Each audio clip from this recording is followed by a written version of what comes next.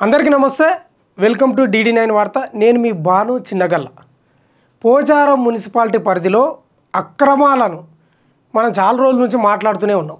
అక్రమ బిల్డింగ్లు అక్కడ కట్టడం, పార్కులు కూడా కబ్జాలకు గురి కావడం మనం 4-5 రోజుల నుంచి మాట్లాడుతూనే ఉన్నాం. అది ఉలుకు లేదు పలుకు లేదు అక్కడున్న మున్సిపల్ అధికారిపై. ఇక చెప్పి నోరు పోతుంది, మొత్తుకొని గొంతు పోతుంది.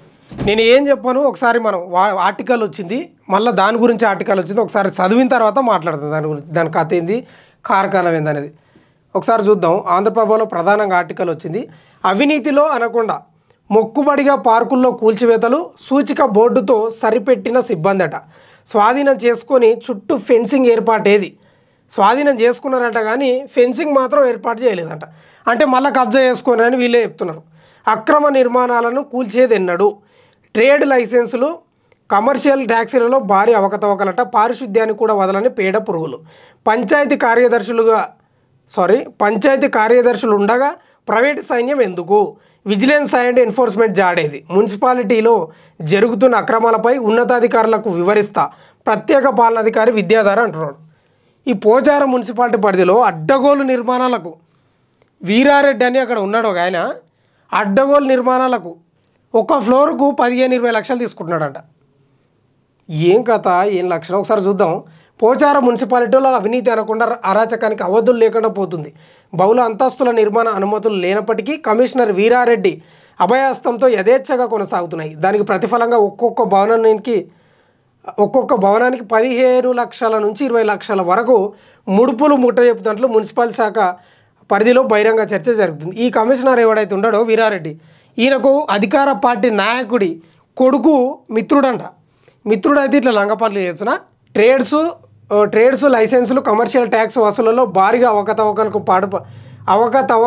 పాల్పడ్డారని పేడ పురుగుగా స్థానిక ప్రజలు అభివర్ణిస్తున్నారు.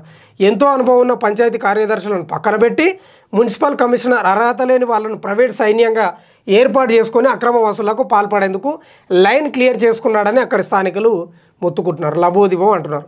కార్యదర్శులకు విధులు కేటాయించకుండా ఉండడం వెనుక ఆంతర్యం ఏమిటని వారు సూటిగా ప్రశ్నిస్తున్నారు. 3 సార్లు ఏసీబీ ట్రాప్ నుంచి తప్పించుకున్నప్పటికీ 3 సార్లు బదిలీని అడ్డుకున్న షాడో నేత ఎవరనేది బహిరంగ చర్చ జరుగుతుందంట. ఇంకా చూడ ఎట్టుంది, ఎంత నెట్వర్క్ ఉండొచ్చు వీరారెడ్డికి. 3 సార్లు ఏసీబీ ట్రాప్ నుంచి తప్పించుకున్నాడు అంటే ఏ స్థాయిలో ఆయనకు లింకులు ఉండవో అర్థం చేసుకోవాలి. బదిలీ కావడానికి కూడా ఎవరో అధికారులు చేస్తుంటే కూడా ఏ బడా నేత అడ్డుకున్నాడంట. మున్సిపాలిటీలో అవినీతి అక్రమార్జనకు తెగబడుతుంటే విజిలెన్స్ అండ్ ఎన్ఫోర్స్మెంట్ ఏం చేస్తున్నట్లని అక్కడ స్థానిక ప్రజలు ఏం చేస్తున్నారు, నిద్రపోతున్నారు, లేకపోతే కమిషన్ తీసుకొని బతుకున్నారు. ఏం చేస్తారు, అంతకుమించి ఏం చేస్తారు? ఎప్పుడు చర్యలు తీసుకుంటారు ఈయనపై? ఇక చూడు, అనకొండ ఇడుంది. Municipal commissioner Veerareddy Pocharam municipality పరిధికి స్వాధీనం. రైట్, ఇవి చదివిన వార్తలే మనం. ఈ హెడ్లైన్స్ అవినీతిలో అనకొండ. ఇగో ఇవన్నీ అక్రమ బిల్డింగ్సే. ఇచ్చేది G+2కే పర్మిషను, కానీ ఇవన్నీ G+3, 4, 5, 6 ఒక్కొక్క ఫ్లోర్కు 15 నుంచి 20 లక్షలు ఈయనకి ఇవ్వాలి వీరారెడ్డికి. ఓ ప్రైవేట్ సైన్యాన్ని పెట్టుకొని దందా చేస్తున్నాడు. ఒకసారి చూద్దాం, మీకు చూపిస్తా ఫోటోలు. కానీ మేడ్చల్ మల్కాజ్గిరి జిల్లా పోచారం మున్సిపాలిటీలో అవినీతి తిమింగలం అరాచకం రోజుకు పెట్టేయకపోతుందట. శివారు మున్సిపాలిటీ కావడంతో ఉన్నతాధికారుల పర్యవేక్షణ కొరబడుతున్న నేపథ్యంలో హైదరాబాద్ శివారుకి సంబంధించింది మున్సిపాలిటీది. ఇదే అదునుగా భావించిన కమిషనర్ దీపం ఉండగానే ఇల్లు చక్కబెట్టుకోవాలన్న కాన్సెప్ట్తో కమిషనరే కాకుండా ప్రైవేట్ సైన్యాన్ని కూడా దిశానిర్దేశం చేస్తూ గత నెలలోనే GHMCలో ఈ మున్సిపాలిటీని కలిపేస్తారని, ఆ మేరకు దొరికింది దోచుకోండి అంటూ సలహాలు ఇవ్వడం, ఆ మాటలు విన్న క్షేత్రస్థాయి ఉద్యోగులు సైతం ముక్కున వేలేసుకోవడం ఆనవాయితీగా మారిందట. ఏం అవినీతి చేస్తున్నావా నువ్వు? నిజంగా నీతోటే ఉంది డబ్బంతా. వందలాది అక్రమ నిర్మాణాలు, 150కి పైగా పార్కులు మాయమైనప్పటికీ వాటిపై దృష్టి సారించకుండా అవినీతి సొమ్మును పోగేసుకునే పనిలో మున్సిపల్ కమిషనర్ ఎజెండాగా పెట్టుకున్నాడంట. చూడు, కోట్ల ఎజెండాగా పెట్టుకొని ఆ పనులకు సమయం కేటాయిస్తూ కోట్ల రూపాయలు కొల్లగొడుతున్నారని స్థానిక ప్రజలు ఆరోపిస్తున్నారు. అక్రమ నిర్మాణాలు కూల్చాలంటూ ఫిర్యాదులు అందినా అటువైపు కన్నెత్తి ఇట్లా తొంగి చూస్తున్నాడంట. చూడడం లేదని అక్రమ నిర్మాణదారులతో కుదుర్చుకున్న ఒప్పందమే కారణంగా వారు భావిస్తున్నట్లు పేర్కొన్నారు. భావిస్తున్నారు కాదు, అక్రమ నిర్మాణదారులతో లాలుచి పడ్డాడు, దోస్తాన్ చేస్తున్నాడు కాబట్టి 15 నుంచి 20 లక్షలు వస్తున్నాయి. ఏం కావాలి ఇంకా? అంతులేని అక్రమ నిర్మాణాలను కూల్చేది అన్నాడు. పోచారం మున్సిపాలిటీ పరిధిలో అంతులేని అక్రమ నిర్మాణాలు జరుగుతున్నప్పటికీ కూల్చివేతలు దేవుడు కెరక. కనీసం నోటీసులు జారీ చేయకపోవడం మున్సిపల్ కమిషనర్ వీరారెడ్డి అవినీతి అక్రమార్జనకు అద్దం పడుతుందట. టౌన్ ప్లానింగ్ అధికారి వారానికి 2 రోజులు రావడంతో ఆ టౌన్ ప్లానింగ్ విభాగాన్ని తన గుప్పిట్లో పెట్టుకుని ప్రైవేట్ సైన్యంలో సభ్యులైన శివారెడ్డి, వినోద్ రెడ్డి, సంతోష్, శ్రీనివాసులను ప్రయోగించి వీరు ప్రైవేట్ సైన్యం అంట, ఆయన సైన్యం అక్రమ నిర్మాణదారులను అడిగినంత ముడుపు చెల్లించకుంటే కూల్చివేతలు జరపాలంటూ హుకుం జారీ చేసినట్లు మున్సిపాలిటీలో ప్రధానంగా చర్చ జరుగుతుందని క్షేత్రస్థాయి సిబ్బంది పేర్కొంటున్నారు.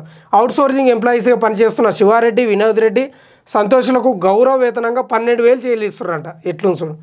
కానీ వీరంతా 1,50,000 విలువైన ఐఫోన్స్ వాడుతున్నారంటే వారి నెలవారీ సంపాదన ఎంత ఉందో అర్థం చేసుకోవచ్చు. అక్రమ నిర్మాణాలే ప్రధాన ఆర్థిక వనరులుగా భావించిన ప్రైవేట్ సైన్యం ఇంటి ముందర కంకర, ఇసుక పోస్తే చాలు తెల్లారేసరికి వాలిపోతారని కమిషనర్ను కలవాలంటూ అక్కడి నుంచి వారికి వేధింపులు మొదలవుతాయని స్థానిక ప్రజలు ఆరోపిస్తున్నారు. వందలాది అక్రమ నిర్మాణాలు జరుగుతున్నప్పటికీ స్పెషల్ టాస్క్ ఫోర్స్కు రాసి కూల్చివేతలు జరపకుండా అక్రమ నిర్మాణదారులతో కుమ్మక్కై అడ్డగోలుగా దోపిడీకి పాల్పడుతున్నారని స్థానిక ప్రజలు ఆగ్రహం వ్యక్తం చేస్తున్నారు. దొరికితే మాత్రం తుప్పుడ తీస్తారు వీరారెడ్డిని, స్థానికులు ఉరికించి కొడతారు పాయింట్ ఊసిపోంగా.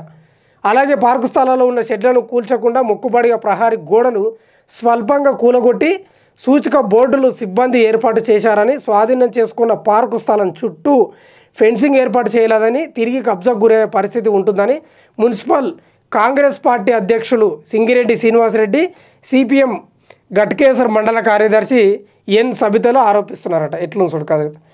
ట్రేడ్ లైసెన్సులు, కమర్షియల్ ట్యాక్సులలో అవకతవకలట. మున్సిపాలిటీ నుండి వెలువడే ట్రేడ్ లైసెన్సులు రెన్యువల్తో పాటు బహుళ అంతస్తుల వ్యాపార సముదాయాలకు కమర్షియల్ ట్యాక్స్ విధించకుండా గృహాలకు చెల్లించే ట్యాక్సులు వేసి లక్షలాది రూపాయలు కొల్లగొట్టారని ఆరోపణలు వెల్లువెత్తుతున్నాయి. దీంతో మున్సిపల్ ఆదాయానికి భారీగా గండి కొట్టారని, ఇంటి దొంగలను ఈశ్వరుడు సైతం పట్టలేరనడానికి ఇదే నిదర్శనమని వారు భావిస్తున్నారు. చెత్తను తొలగించే చెత్త బండ్ల కొనుగోలులో కూడా గోల్మాల్ జరిగినట్లు తెలుస్తుంది. చెత్త బండ్లకు నెలవారీ డీజిల్ చెల్లింపుల్లో కూడా పెద్ద ఎత్తున అవినీతి అక్రమాలు జరిగినట్లు ఆటో డ్రైవర్లు పేర్కొంటున్నారు. చెత్త బండికి సంబంధించిన డీజిల్ చెల్లింపుల్లో కూడా అక్రమాలకు పాల్పడ్డాడంట. పిల్లను ఏమంటారు చూడు, పిల్లని తింటుంది, పిల్ల మాయం తింటుంది, అట్లా ఉంది. అవగాహన లేని శానిటైజేషన్ ఇన్స్పెక్టర్ నియమించి అంతా తానై నడిపిస్తున్నారని ఆరోపిస్తున్నారు.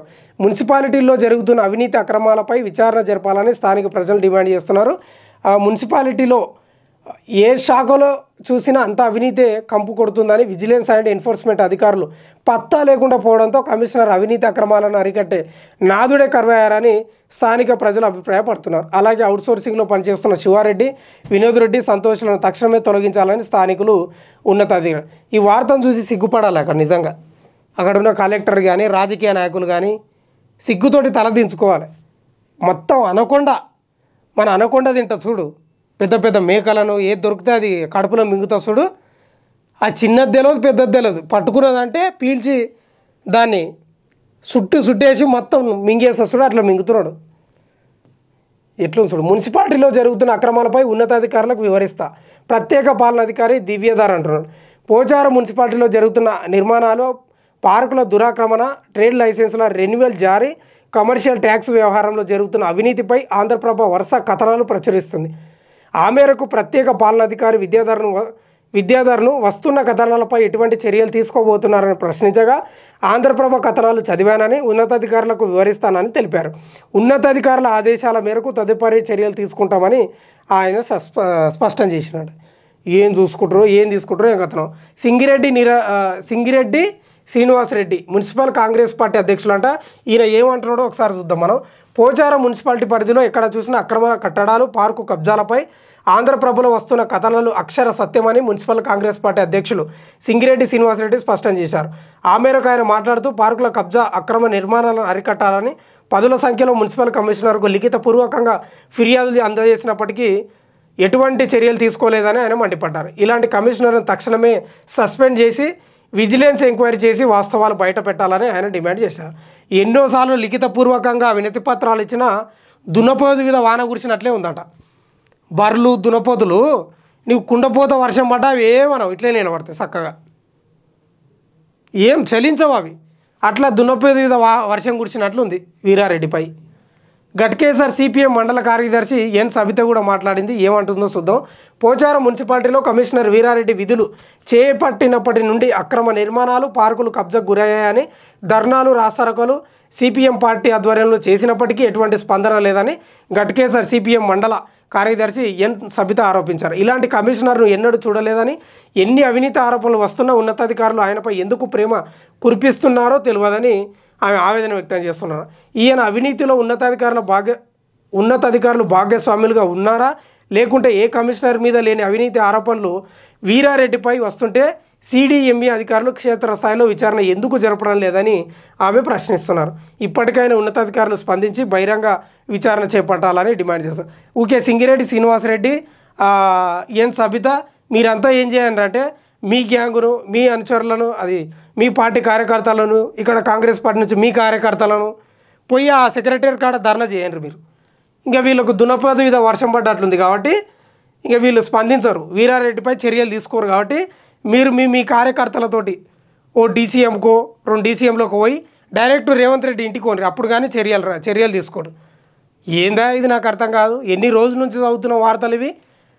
పోచారం మున్సిపాలిటీ పరిధిలో కోట్లు గడిస్తున్నాడు వీరారెడ్డి. ప్రైవేటు సైన్యాన్ని పెట్టుకొని వాళ్ళకి నెలకు 12,000 ఇస్తున్నాడు. వినోద్ రెడ్డి అంట, శివారెడ్డి అంట, ఎవడో సంతోష్ అంట. వాళ్ళ ఫోన్లు, వాళ్ళ ఖరీదు లక్షల్లో ఉన్నాయంట. జీతమే 12,000. అంటే ఏ స్థాయిలో బెదిరింపులకు పాల్పడుతున్నారో ఒకసారి అర్థం చేసుకో. ఏంది ఇది? ప్రభుత్వం ఏం చర్యలు తీసుకోవాలి? దున్నపోతు మీద వర్షం పడ్డట్లు కాదా? ఎన్నిసార్లు లిఖితపూర్వకంగా ఇస్తారు వీళ్ళు? నాకు అర్థం కాదు. కొంచెమైనా ఉండాలి కదా శరం మనకు. ఉన్నతాధికారులకు కానీ, రాజకీయ నాయకులకు కానీ, మున్సిపల్ శాఖ రేవంత్ రెడ్డి గారి దగ్గరనే ఉంది. మరి ఏం చేస్తున్నాడో ఏం కథనో అర్థమైతలేదు. మరి వీరారెడ్డిని ఏమైనా బినామీగా పెట్టుకున్నారా ఏం కథ అర్థమైతలేదు. ప్రభుత్వ ఆదాయానికి గండి పడుతుందండి, నగర ఆదాయానికి గండి పడుతుంది ఈయన వల్ల. ఏం చర్యలు తీసుకుంటారు మీరు?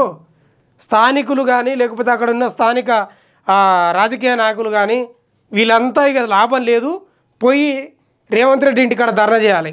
అంతకు మించి ఏం లేదు. ఎన్ని రోజులు అవుతాయి ఈ వార్తలు?